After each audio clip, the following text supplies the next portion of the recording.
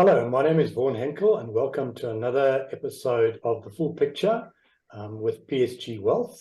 Today, I've got the great pleasure in welcoming Stefano Merani, the CEO of Renergen, to meet with us and discuss with us his business.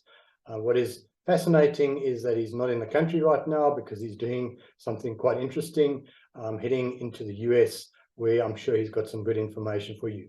So Stefano, thank you very much for your time. Perhaps if you can just spend about 5 minutes giving us the overview of your company. A lot of our viewers are aware, but some aren't. Just a big picture of what Renergen does and your future. I am currently in Austin right now, and the reason that I am here is predominantly as part of the setup for the impending Nasdaq IPO. It's a lot more effective and efficient to manage that process being this side, as well as the fact that obviously from a helium perspective, the majority of the world's helium is going to be consumed between Austin and Houston in the coming years. So without much further ado, there are a number of points to get through from my side, and really just to give everyone an update on the company and where we are. So with regards to the funding for phase 2, this is obviously one of the questions that a lot of people are asking. Where are we on the funding? We've announced to the public that we've obviously gotten funding from the United States government of the $500 million, which is a 12-year facility. And then that was supplemented by a further $250 million from Standard Bank. That provides the bulk of the funding. So what's remaining now is the equity transaction around the 10% sale of Tetra 4 at the asset level, which is still a transaction that we're working through. And then the final piece is obviously what I'm here for, which is the listing on the Nasdaq. All in all, things are going particularly well. There are a number of steps that need to be followed, and we've obviously completed the first filing with the SEC. We're well underway towards making the second filing. Once the second filing is done, we'll assess where we stand from a comments perspective, at which point we'll then have a load of data that'll then be free to be put into the public domain. So that's not very far away now, and obviously a lot of us not being too vocal about where we stand has to do with the fact that this process is quite a confidential process, and so we've only been updating the market with what we're allowed to update. In terms of what phase 2 looks like, there are a number of concerns that will follow the same kind of build procedure and suffer the same kinds of delays in phase 1 as in phase 2. Now, phase 1 and phase 2 are two materially different projects. Yes, phase 2 is bigger, but in the LNG space, ironically, bigger ends up being easier. And this I need to qualify. Phase 1 was considered a micro project. From a global perspective, it's incredibly small, and micro projects, due to their incredibly small size, there aren't many providers that are capable of producing plants at such a small size, and so the build philosophy around it tends to be highly bespoke, and that means that you're going to have delays in turn on like we suffered. Obviously, the primary delay was as a result of COVID and the knock-on effects, but the smaller technical challenges. Those relate to turn-on delays as a result of small technical challenges because it's a bespoke plant. The bigger you go in LNG, the easier it is, because then everything tends to be significantly more standardized in terms of its package. And our phase 2, while it looks like a big project by South African standards, it's actually minuscule in the LNG space. It's what you would consider an entry-level medium-scale project.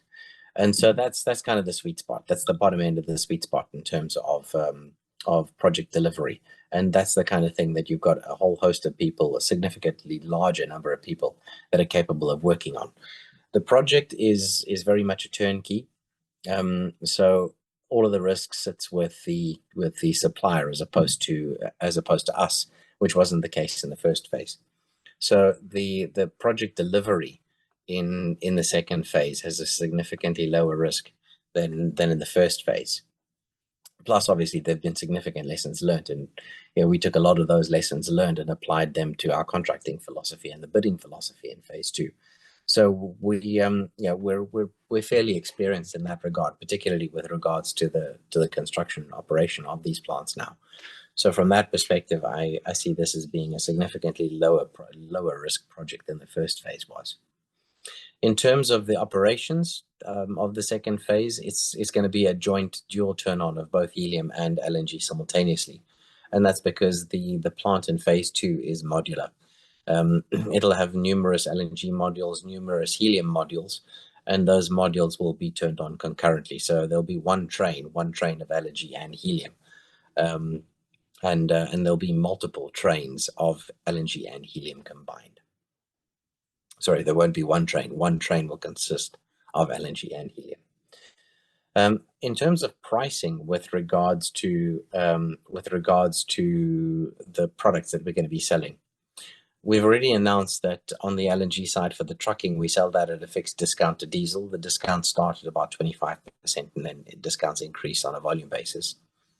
So that gives you a kind of a feel for per gigajoule, given that there's 27 liters of diesel per gigajoule, 27.7 liters of diesel per gigajoule. That'll give you a very easy feel for what pricing looks like on the LNG side. On the fixed price contracts, there's the market is quite buoyant at the moment, and there's certainly more demand than we are capable of supplying in the second phase.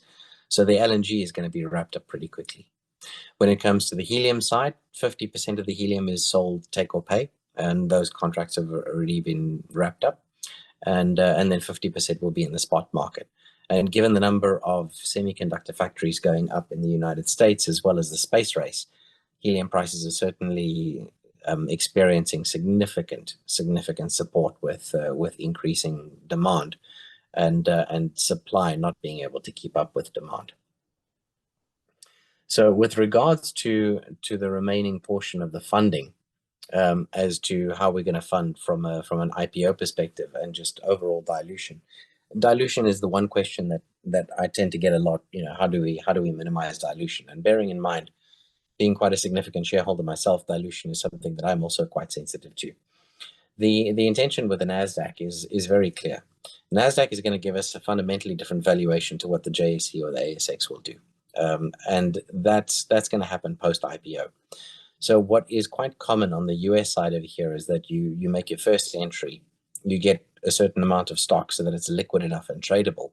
And then as you start to score goals and deliver on your promises, you have the benefit of a rallying share price, and ideally the share price coming more in line with what peers on this side look like, at which point you then have the ability to come back to market for more capital.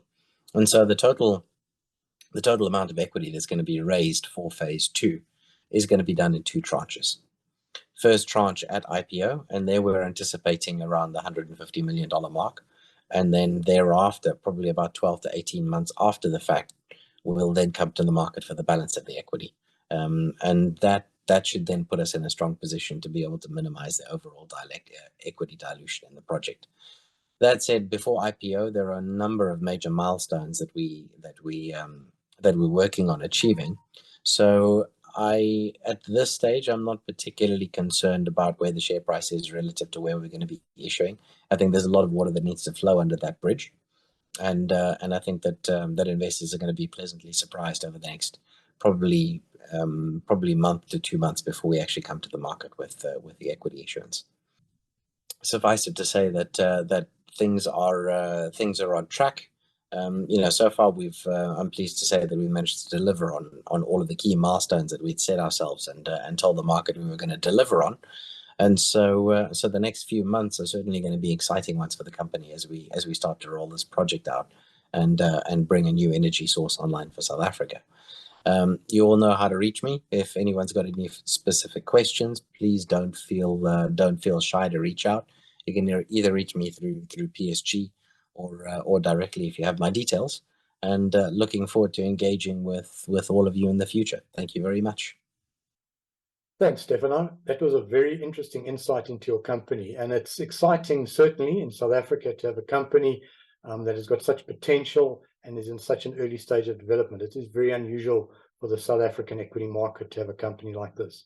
So thank you very much for your time, and thank you everyone for joining us on The Full Picture, again, and we look forward to hosting you on another insightful interview in a new CEO next time. Cheerio.